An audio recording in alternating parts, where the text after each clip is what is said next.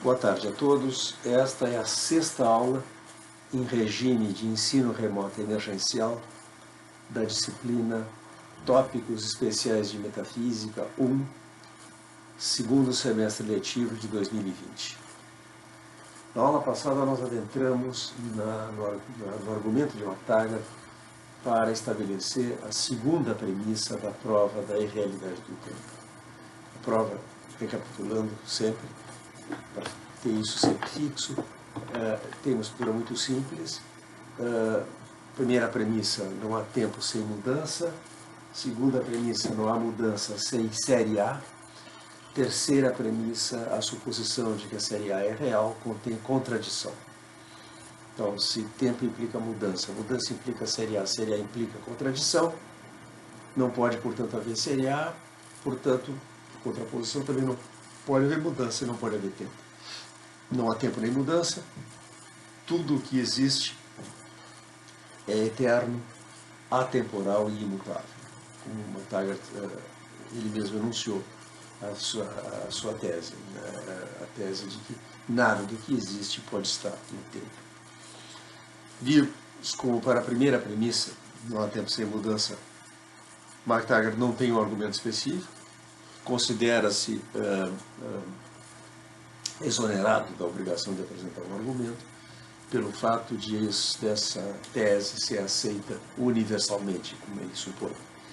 E como historicamente é o fato desde a Antiguidade Grega, desde um grande debate que se travou na Antiguidade Grega, do qual saíram vencedores os defensores, entre eles Platão e Aristóteles, da tese de que não há tempo sem mudança.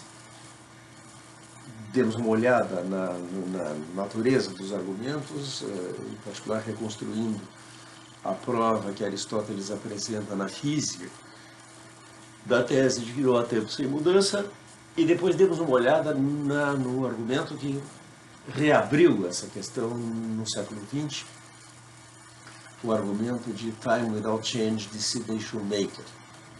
Vimos como Shoemaker mostra que não há impossibilidade lógica na ideia de um universo estático, um universo em que nada acontece, nada está acontecendo, e em que está transcorrendo o tempo.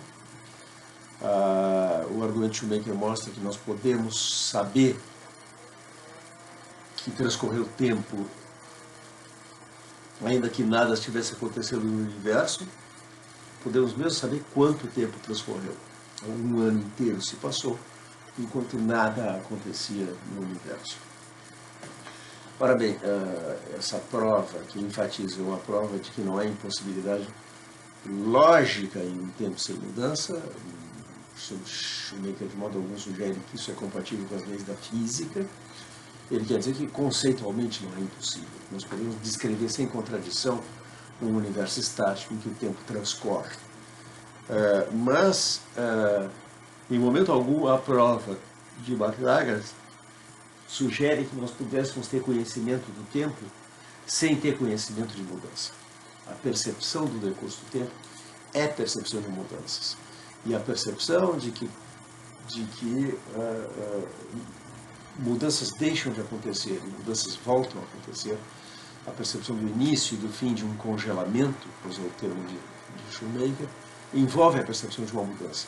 A mudança, as coisas pararam, e a mudança, as coisas continuaram, voltaram a acontecer. Então, o argumento de Shoemaker não apenas não impugna a ideia de que não há percepção do tempo sem haver percepção de mudança, mas, ao contrário, pressupõe isso, porque é com base nisso, justamente, que é estabelecido o resultado de Shoemaker. Ora, nós podemos dizer, como é que fica a premissa de McTaggart? Porque tudo que McTaggart precisa é que a possibilidade do tempo implique a possibilidade da mudança. E isso, contra isso, não sai nada no argumento de Shoemaker. Shoemaker não recusa que a possibilidade do tempo requer a possibilidade da mudança, até que o argumento dele requer justamente que mudanças sejam possíveis para que possam ser notadas e para que essa apreensão do fato de que uma mudança aconteceu possa ser parte do que é requerido para inferir que transcorreu o tempo sem que nada acontecesse. Então, nós podemos ficar com a premissa que diz que se o tempo é possível, então a mudança é possível. Portanto, se não fosse possível a mudança, o tempo não seria possível. E isso é quanto basta para MacTaggart. Aí, com isso, nós adentramos a segunda premissa. E o argumento de MacTaggart em favor dessa segunda premissa que constitui o que ele diz, o que ele chama a primeira parte da prova da irrealidade do tempo. E aqui a tese central é que só há mudança da série A. Se o tempo fosse constituído apenas pela série B, nada aconteceria nunca. Isso é o que MacTaggart deve estabelecer. Que mudança só existe na série A. E eis o núcleo do argumento que eu vou reprisar do parágrafo 311. Tome-se qualquer exemplo, a morte da rainha Ana, por exemplo, e considere-se que mudanças podem ter lugar em suas características, que é uma morte, que é a morte de Anna Stuart, que tem tais causas, que tem tais efeitos. Cada uma dessas características nunca muda. Antes que uma estrela visse a outra, o verso de Kipling, before the stars saw one another plain, o evento em questão era a morte de uma rainha. No último instante do tempo, se o tempo tem um último instante, será ainda a morte de uma rainha. E em qualquer aspecto, menos um, é igualmente privado de mudança. Mas em um aspecto muda. Foi um dia um evento no futuro remoto. Tornou-se a cada momento um evento no futuro mais próximo. Por fim, foi presente. Então tornou-se passado e permanecerá sempre passado. Mas, a cada momento, estará mais e mais passado. De onde a nota que assinala, o passado, portanto, está sempre mudando. Se a série A é real, então, como todos os momentos de um evento passado estão cada vez mais, todos os momentos do evento passado estão cada vez mais no passado do que antes. Esse resultado se segue da realidade da série A e é independente da verdade da nossa tese de que toda mudança depende exclusivamente da série A. Vale a pena assinalar isso, porque a maioria das pessoas combina a opinião de que a série A é real com a opinião de que o passado não pode mudar, uma combinação que é inconsistente. O senso comum é acusado aqui de incoerência, de inconsistência, ao defender essas duas teses incompatíveis. E MacTaggart diz, então, essas características de ter sido futuro, depois presente, depois passado, são as únicas características que podem mudar. E por conseguinte, se há alguma mudança, ela deve ser buscada na série A e apenas na série A. Se não há uma série A real, não há mudança real. A série B, portanto, não é suficiente para constituir o tempo, pois o tempo requer mudança. Bom, o que é estranho nisso aí? Como eu notei, a primeira coisa que alguém pode objetar é o seguinte: MacTaggart diz que eventos mudam. O evento tinha a propriedade de ser futuro, depois adquiriu a propriedade de ser presente, depois tornou-se passado. Mas eventos são eles próprios mudanças. E parece que MacTaggart está dizendo que mudanças mudam. A isso, a resposta, em primeiro lugar, deve ser que mudanças mudam sim, e não há nenhuma incoerência nisso. Tá? Como eu disse, o evento que é essa aula pode mudar. Pode começar sendo muito aborrecido e se tornar mais interessante, ou começar muito interessante e se tornar cada vez mais aborrecido. Você tem algo que está acontecendo, e à medida que acontece, isso é um evento, é uma mudança, essa mudança sofre mudança. Como eu disse na aula passada, na física, por exemplo, o conceito de aceleração é o de mudança em uma mudança. Você tem o deslocamento de um corpo no espaço a uma certa velocidade, isso é uma mudança. E você tem a mudança dessa velocidade à medida que esse deslocamento acontece. De onde a notação que causou espécie, quando o conceito de aceleração foi introduzido, 20 km por hora. Isso é, a cada hora você tem uma aceleração de 20 km por hora na velocidade com que esse corpo está se deslocando. Tá? Então, a aceleração é uma mudança, e não há nenhuma inconsistência em dizer que mudanças mudam. No entanto, o que é intrigante é que a única espécie de mudança que McTaggart parece considerar é essa, como eu disse, ele sugere uma imagem quase fantasmagórica de uma sucessão de eventos que movem-se ao longo do rio do tempo na direção que vai do futuro para o passado.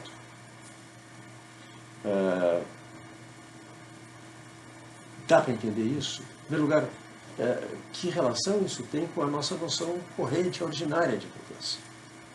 Mudanças para nós são eventos. Por exemplo, um tomate amadurece, uma folha cai, uma rainha inglesa morre.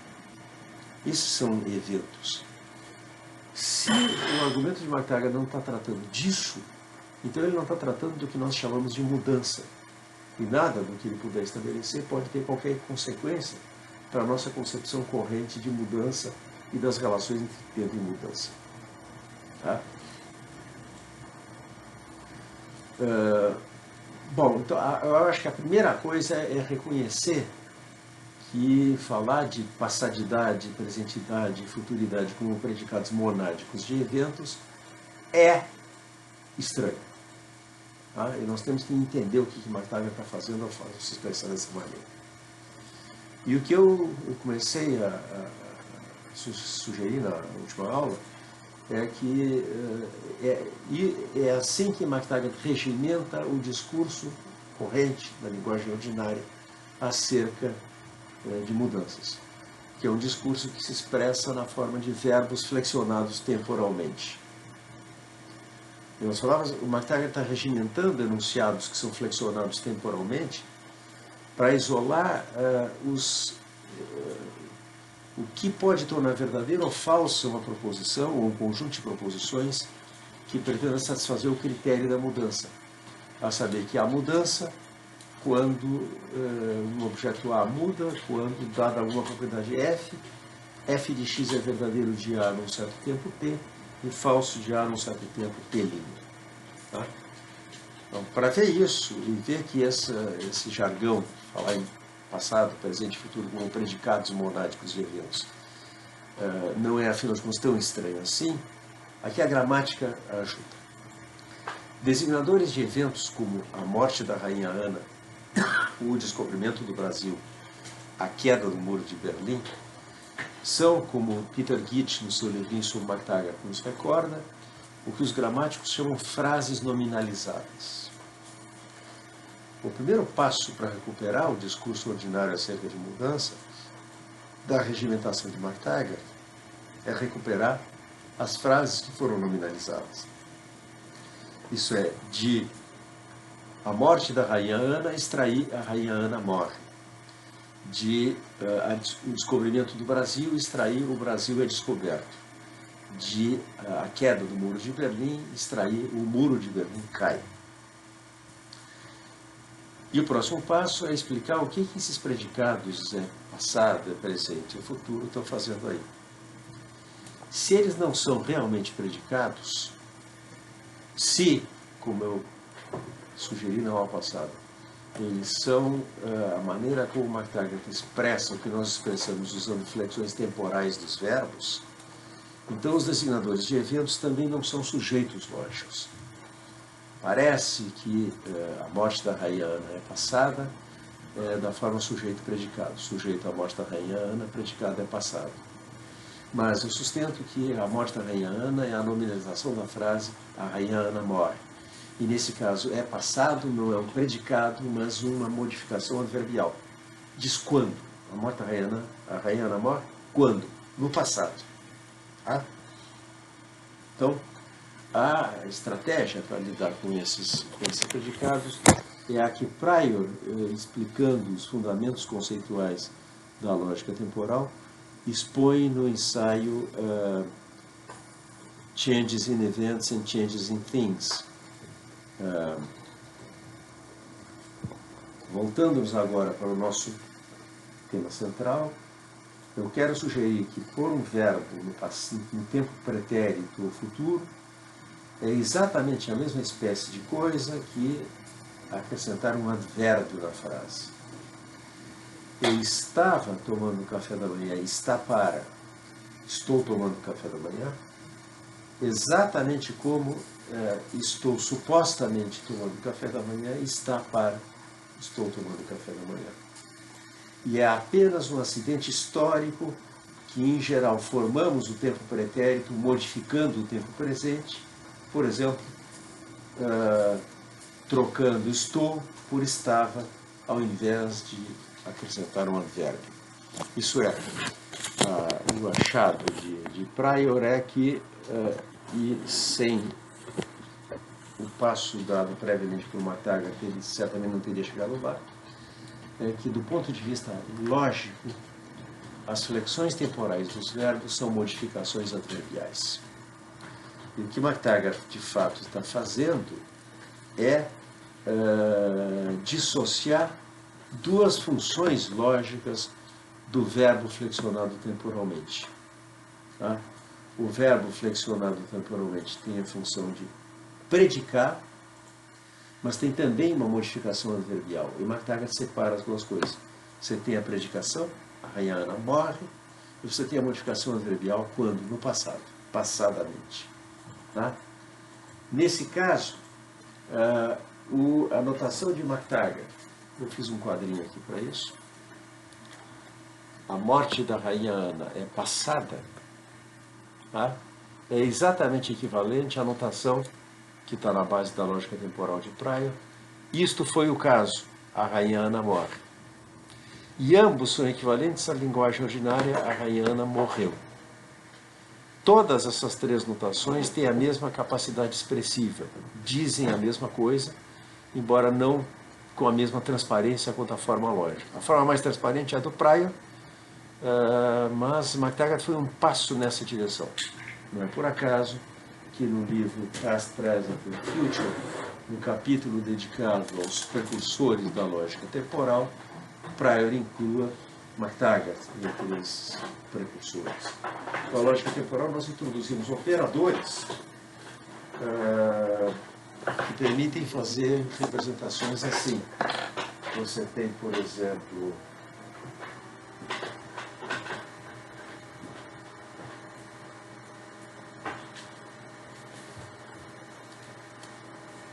F de P, ou seja, P é futuro, ou, em outras palavras, isto será o caso, P, tá?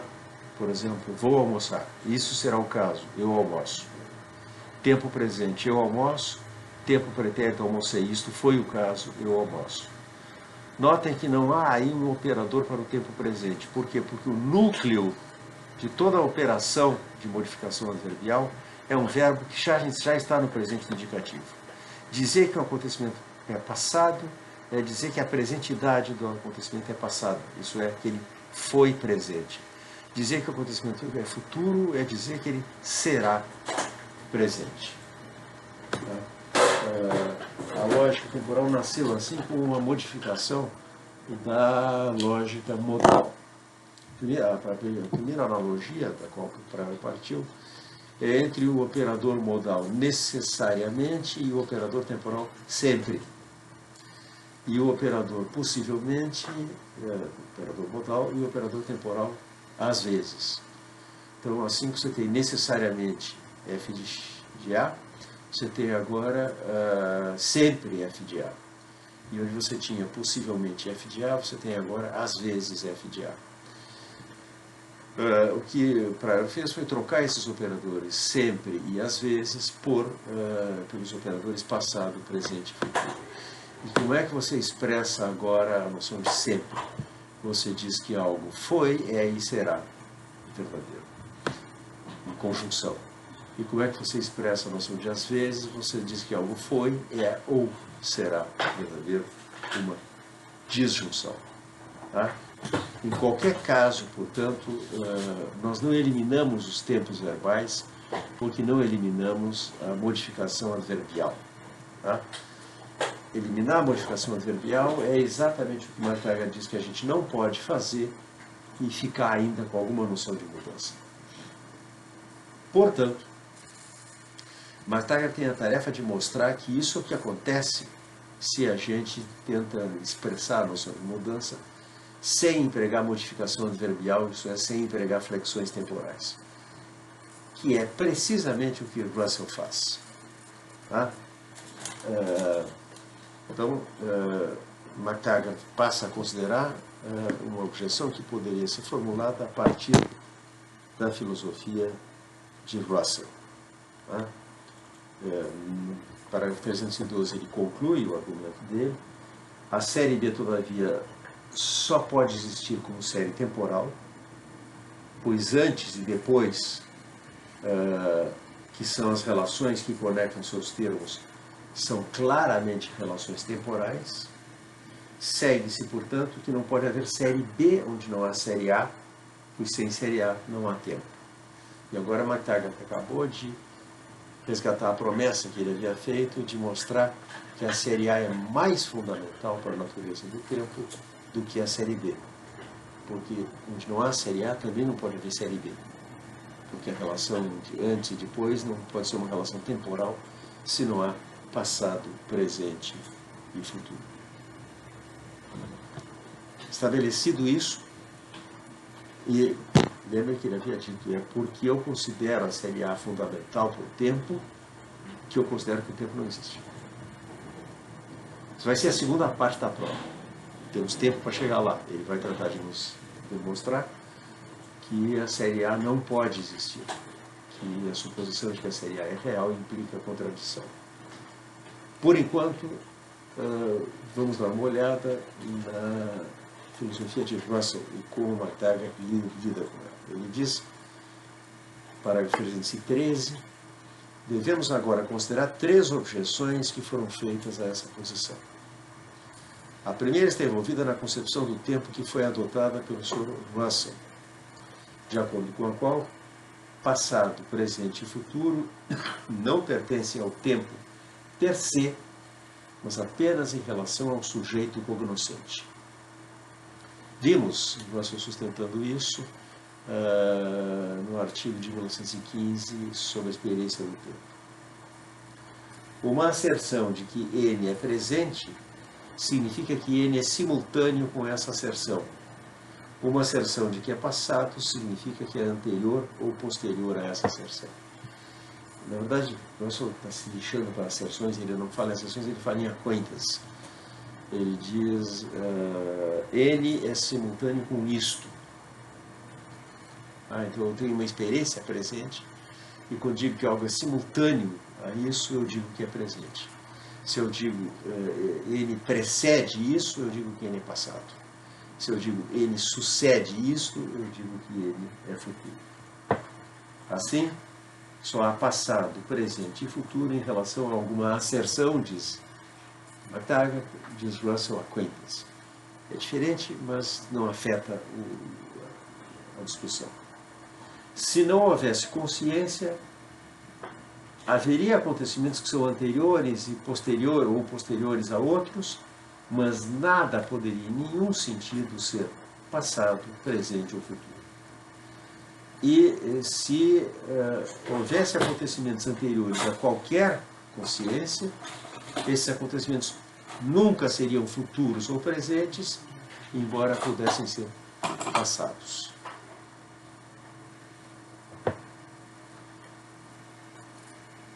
Mais uma tese em inovação agora. Se N alguma vez foi presente, passado ou futuro em relação a alguma asserção, ou, como dirá a relação, alguma acquaintance, asserção V, isso seria sempre assim, pois tudo que é simultâneo com, anterior a ou posterior a V, será sempre assim. O que então é a mudança? Encontramos a concepção do Sr. Russell sobre esse assunto nos seus Principles of Mathematics, seção 442. Esse é um livro que o Russell publicou em 1903, antes de McTaggart publicar sua prova da irrealidade do tempo. E aí o Russell define: a mudança é a diferença com respeito à verdade ou falsidade entre uma proposição acerca de uma entidade em um tempo t e uma proposição acerca da mesma entidade em um tempo t', desde que essas proposições só difiram pelo fato de que t ocorre numa delas, enquanto t' ocorre na outra. Esta é a definição de Russell. Isto é, diz McTaggart, haverá mudança na concepção do Sr. Russell se a proposição no tempo t o meu aquecedor está quente, o meu aquecedor não, o meu atiçador de fogo, polka. No tempo t o meu atiçador está quente é verdadeira. E a proposição no tempo t', o meu atiçador está quente, é falsa. Então haverá mudança, segundo Russell, se a proposição no tempo t, meu aquecedor está quente, é verdadeira, e a proposição no tempo t', o meu aquecedor está quente, é falsa. Eu não posso concordar com o Sr. Russell. Eu consideraria que quando duas proposições são respectivamente verdadeira e falsa, poderia haver mudança. Mas eu sustento que não há mudança sem uma série A. Se com o Sr. Russell nós rejeitamos a série A, parece-me que a mudança vai também. E que, por conseguinte, o tempo para o qual a mudança é essencial vai também. Em outras palavras, se a série A é rejeitada, nenhuma proposição da forma no tempo t meu aquecedor é quente pode jamais ser verdadeira, porque não haveria tempo. O que McTaggart nota é o seguinte: se eu digo no tempo t meu aquecedor está quente, quando é que isso é verdadeiro? Isso é verdadeiro a qualquer tempo. E se eu digo no tempo t', o meu atiçador está frio, quando é que isso é verdadeiro? A qualquer tempo. Portanto, essa definição de mudança não é de fato uma definição de mudança. É como dizer assim: olha, nessa extremidade o corredor está iluminado e nessa outra está no escuro. Ninguém diria que isso é mudança. McTaggart prossegue, 315. Notar-se-á que o Sr. Russell procura a mudança não nos eventos da série temporal, mas na entidade a qual esses eventos acontecem, ou da qual eles são estados. Se o meu atiçador, por exemplo, está quente numa segunda-feira particular, e nunca antes ou depois, o evento do atiçador estar quente não muda. Mas o atiçador muda, porque há um tempo em que esse evento está acontecendo e um tempo em que não está acontecendo. Mas, objeta McTaggart, isso não acarreta mudança nas qualidades do atiçador.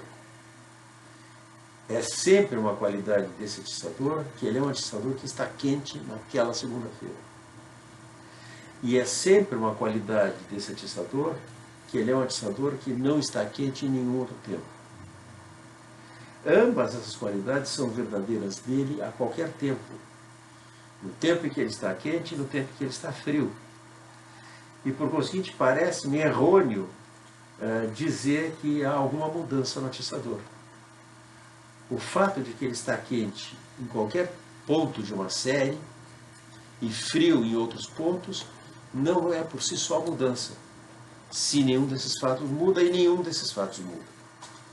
Por conseguinte, nenhum outro fato acerca do atiçador muda, a menos que seja com exceção de sua presentidade, passadidade e futuridade. Isso pode mudar.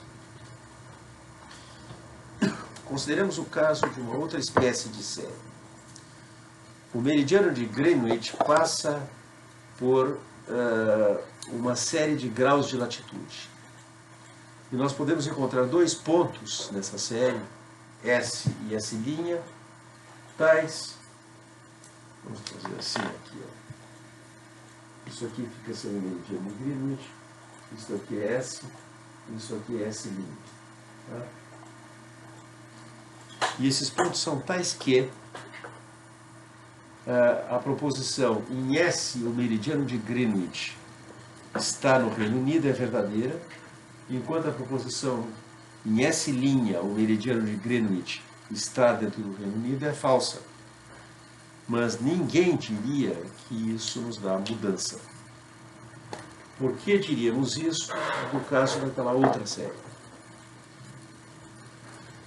Por certo, há uma resposta satisfatória para essa pergunta se estamos corretos em sustentar que nenhuma outra série é uma série temporal.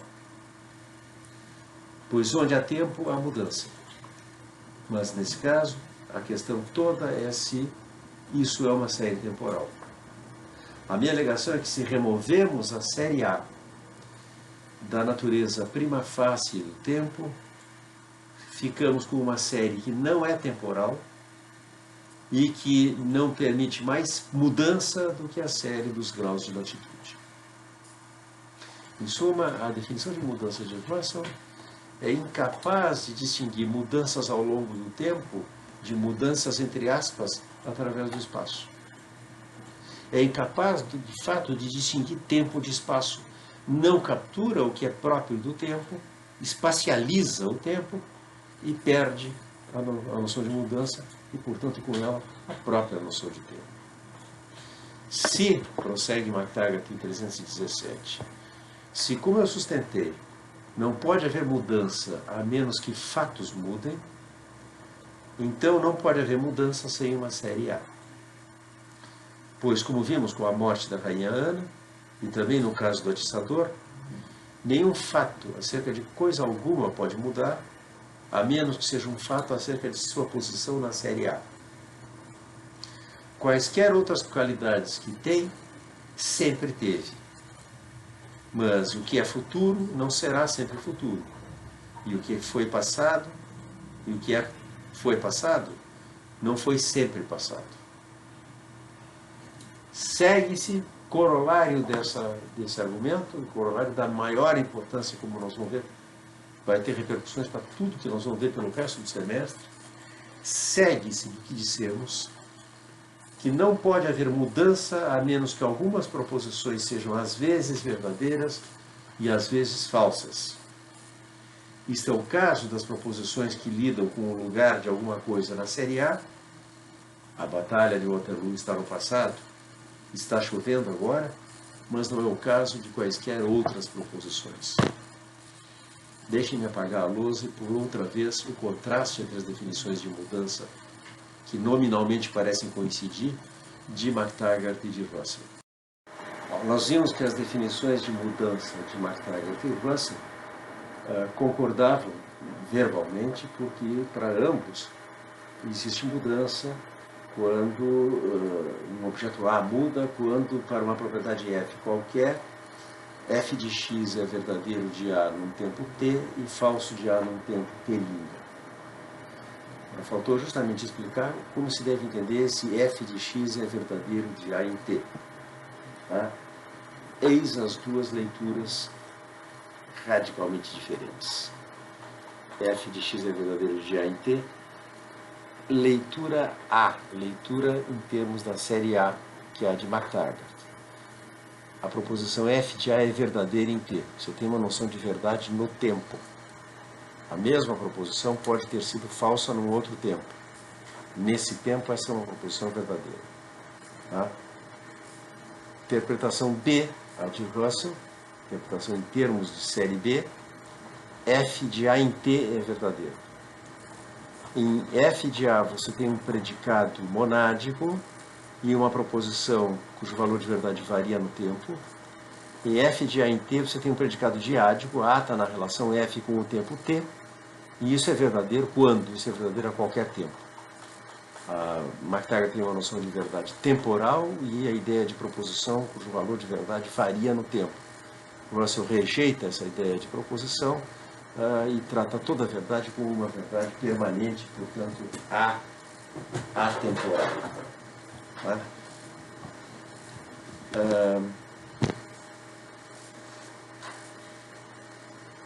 Eu quero ilustrar agora as dificuldades de interpretar McTaggart nessa passagem do seu debate, comentando brevemente um momento do artigo de Judith Jarvis Thomson, recentemente falecida, grande filósofa norte-americana, McTaggart on Time. Porque ela pergunta, nessa altura do artigo dela, o que autoriza McTaggart a substituir uma propriedade temporária simples como estar quente pela propriedade permanente de estar quente na segunda-feira. Quando ele fala meu atiçador está quente na segunda-feira, meu atiçador. Por certo que se o atiçador está quente na segunda-feira, que o atiçador esteja quente na segunda-feira é um fato acerca do atiçador que nunca muda. E isso pode ser expresso dizendo que estar quente na segunda-feira é uma propriedade permanente do atiçador. Mas o que dizer então da propriedade temporária de estar quente, simplesmente? Por que o fato de o atiçador estar quente na segunda-feira, e apenas na segunda-feira, deve ser expresso assim? O atiçador tem a relação diádica de estar quente com a segunda-feira e não a tem com nenhum outro dia, que é a interpretação B. Porque isso, ao invés de o atiçador tem nessa segunda-feira a propriedade de estar quente e não tem essa propriedade em outros dias, que seria a interpretação A. Thomson sugere que a gente deve ler McTaggart como sustentando que estar quente não é uma propriedade temporária porque não há propriedades temporárias. E, em segundo lugar, portanto, que o aquecedor tem na segunda-feira a propriedade de estar quente e não tem em outros dias é falso. Mas por que McTaggart rejeitaria propriedades temporárias? Porque ele pensa que coisas só podem mudar se elas têm uma propriedade num tempo que não tem num outro tempo. E isso decorre da definição de mudança. Assim, as coisas só podem mudar, escreve Julie Thomson, se há propriedades temporárias. Mas o que poderia, nesse caso, então, levar McTaggart, ou a propósito, seja quem for, a sustentar que estar quente não é uma propriedade temporária? O argumento sugerido por Thomson, e ela sugere que seria o argumento que McTaggart poderia desejar em resposta a essa pergunta, parte do que ela chama a ideia muito natural de que se você diz f de A, onde f é uma propriedade e A é uma coisa, a proposição que você afirma, se diz isso num certo tempo, é a mesma proposição que você afirma se diz isso em qualquer outro tempo. A ideia é muito natural. Eu digo está quente, e isso é verdade. Isso eu digo agora, e eu digo em outros tempos, e estou dizendo a mesma coisa. Portanto, se eu predico do atiçador que ele está quente às 3 da tarde do dia 10 de fevereiro de 2021, então a proposição que eu afirmo, se verdadeira, será verdadeira a qualquer outro tempo que eu a afirmo. Do mesmo modo, se eu afirmo o atiçador está quente, a ideia muito natural seria que a proposição que eu afirmo em outro tempo será a mesma proposição que eu afirmo agora. Mas, prossegue Thomson, expondo o argumento que ela diz poderia ser o que McTaggart quer, mas a propriedade de estar quente, se é que há tal propriedade, é uma propriedade temporária. Isso é possível que a coisa tenha essa propriedade num tempo e não tenha num outro tempo. Por conseguinte, é possível que a proposição que afirma o que você diz quando diz o aquecedor está quente, num tempo, é verdadeira, e a proposição que você afirma quando diz isso num outro tempo é falsa. segue-se que a proposição que você afirma num tempo não é a mesma proposição que você afirma num outro tempo, porque não tem o mesmo valor de verdade, e a ideia muito natural é falsa. E esse é o resultado, a menos que nós nos atenhamos à ideia muito natural, que ela chama de ideia muito natural, e neguemos que há uma propriedade como uma propriedade de estar quente. E isto valerá para todas as propriedades temporárias. Não há quaisquer propriedades temporárias. Mas tem algo que é profundamente estranho na sugestão de que MacTaggart poderia ter adotado qualquer coisa parecida com esse argumento. Por uma razão, e isso é algo que a própria Judy Thomson assinala, isso deixaria inteiramente inexplicado por que, a menos que fosse por uma tremenda distração, MacTaggart poderia ter deixado de notar que a conclusão do argumento de que não há propriedades temporárias se aplicaria a todas as propriedades temporárias, incluindo as suas favoritas propriedades de presentidade, passadidade e futuridade. Mas tem o presente que nós já vimos. Essas não são um conjunto privilegiado de propriedades. Esse foi o propósito da minha comparação entre as três notações, a de MacTaggart, a de Primer e a da linguagem comum. Tá? Em segundo lugar, e mais a propósito agora, isso é algo que Thomson notavelmente passa batido, parece não notar. O MacTaggart extrai como um corolário do seu argumento em favor da segunda premissa da prova a negação explícita de que a proposição que eu afirmo quando digo o atiçador está quente num tempo, que se essa proposição é verdadeira num tempo e a proposição que eu afirmo num tempo t' é falsa, que então, seguindo a ideia muito natural, não pode ser a mesma proposição. Ao contrário, MacTaggart escreve, segue-se que o que dissemos, segue-se do que dissemos, que só não pode haver mudança a menos que algumas proposições sejam às vezes verdadeiras e às vezes falsas. Portanto, o MacTaggart está aqui expressando a sua escolha entre as duas leituras do critério da mudança. Tá? A leitura A, me deixa ajeitar essa posição, a leitura A e a leitura B. Ele está dizendo que f de x é verdadeiro de A em T, significa que a proposição f de A é verdadeira em T e falsa em outros tempos. E não como Russell, que a proposição f de A em T é simplesmente verdadeira quando? Atemporalmente, eternamente, permanentemente. MacTaggart está fazendo essa escolha e, portanto, não se trata de que MacTaggart supusesse a ideia muito natural de que isso que eu digo num tempo, quando profiro uma proposição, é o mesmo que eu digo quando profiro essa proposição em outro tempo, para concluir que se o valor de verdade não é o mesmo, não era a mesma proposição. Tá? E, portanto, MacTaggart não estaria, tão pouco, substituindo ser f por ser f em t. E, portanto, eliminando todas as propriedades temporárias, exceto, inexplicavelmente, as propriedades de ser passado, presente ou futuro. Por que eu trouxe à baila esse comentário? Porque você tem uma filósofa extremamente sofisticada, arguta, que faz uma leitura completamente arrevesada do texto de MacTaggart. Ela simplesmente inverte os papéis. Ela põe MacTaggart na posição de Russell.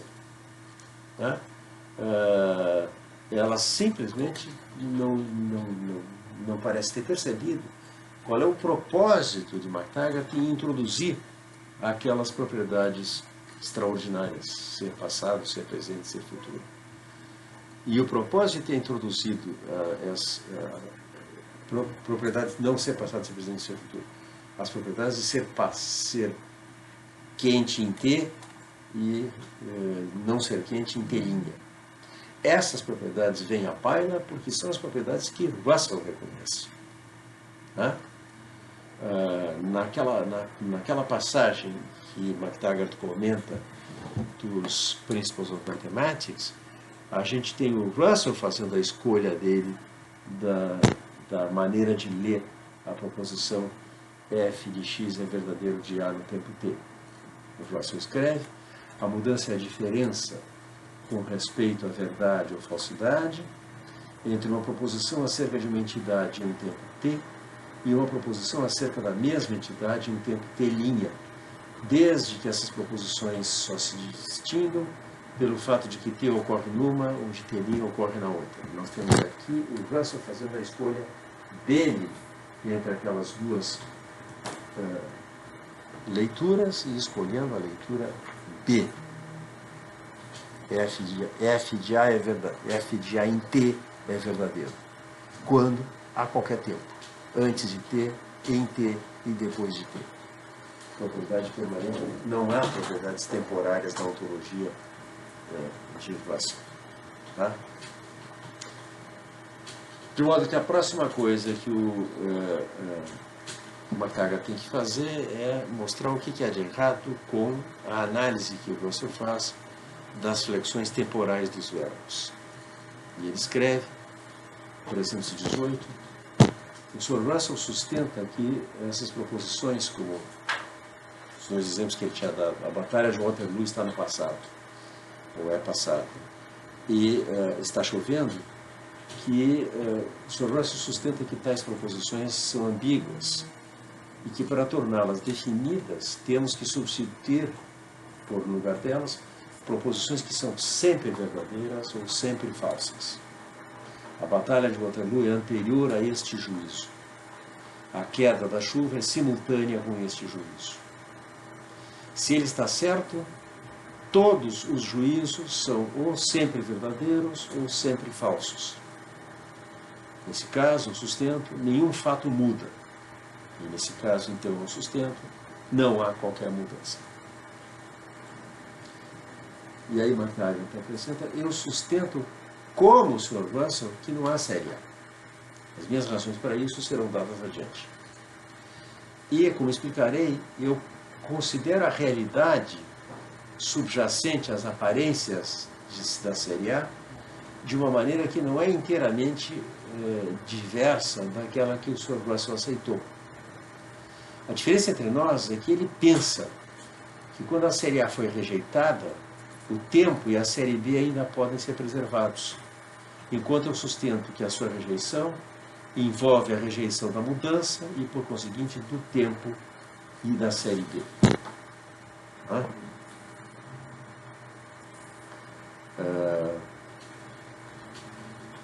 No artigo sobre a experiência do tempo, de 1915, que é um texto ao qual o McTaggart está se referindo, embora ele não dê a referência bibliográfica aqui, mas é disso que ele está falando, a gente encontra a seguinte definição russeliana de agora. O Russell escreve: diz-se que uma entidade é agora se ela é simultânea com aquilo que é presente para mim, isto é, com isto, onde isso é o nome próprio de um objeto de acquaintance, um objeto da sensação do qual estou ciente. Quando falo de uma relação cognitiva aqui, eu não quero dizer a espécie de relação que constitui o juízo, mas a espécie de relação que constitui a apresentação.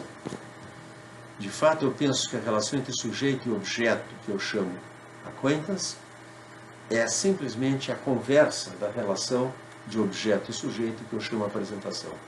Um sujeito está acquainted, está em contato com o objeto, quando o objeto está apresentado ao sujeito. Tá? A réplica de McTaggart é a definição de Russell implica aquilo que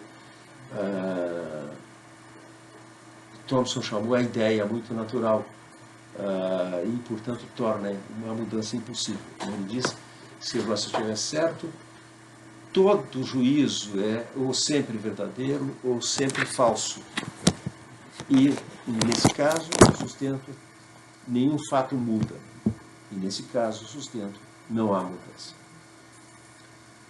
Russell estava perfeitamente ciente de que ele estava descrevendo uma ontologia em que, estritamente falando, não há mudança. Em 1901, num artigo intitulado Recent Work in the Philosophy of Mathematics, Russell escreveu: as pessoas costumavam pensar que quando uma coisa muda, ela deve estar num estado de mudança. E que quando uma coisa se move, deve estar num estado de movimento.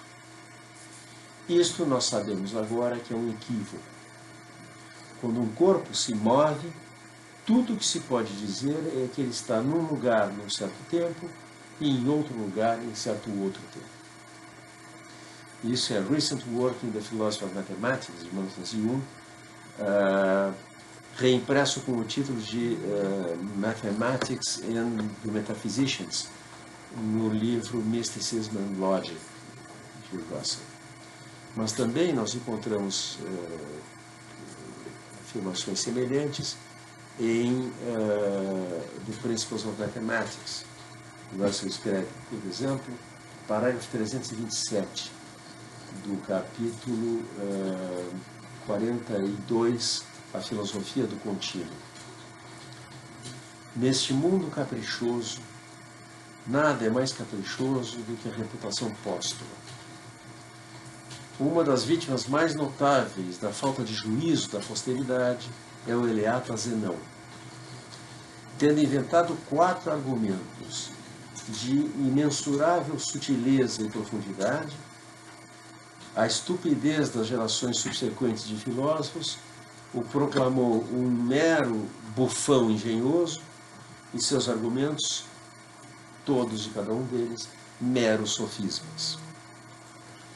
Depois de 2000 anos de refutação contínua, esses sofismas foram recuperados e tomados como fundamento de um renascimento matemático por um professor alemão que provavelmente nunca sonhou ter qualquer relação entre ele e Zenão.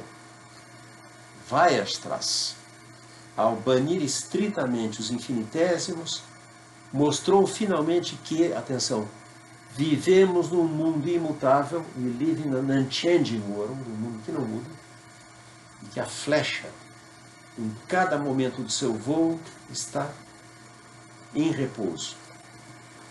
O único ponto em que Zenão provavelmente errou foi ao inferir, se é que ele inferiu, que porque não há mudança, então o mundo deve estar no mesmo estado, num tempo que ele está num certo outro tempo. Mais adiante, Russell escreve, o paradoxo nunca assustou Russell, muito pelo contrário.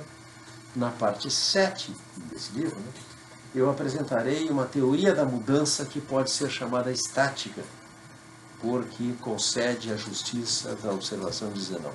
Veja, uma teoria da mudança que pode ser chamada estática.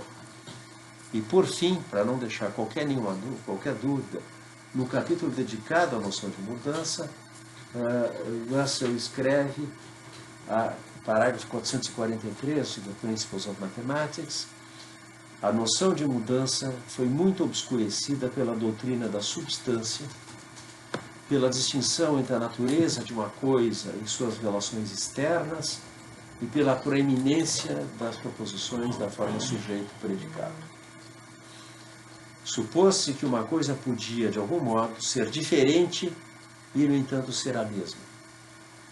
Que, embora os predicados definam uma coisa, ela, no entanto, é diferente e tem predicados diferentes em tempos diferentes. De onde a distinção entre o essencial e o acidental, e um número de outras distinções inúteis que foram, assim eu espero, empregadas com precisão e consciência pelos escolásticos, mas que são usadas de maneira vaga e inconsciente pelos modernos. A mudança, nesse sentido metafísico, eu não admito.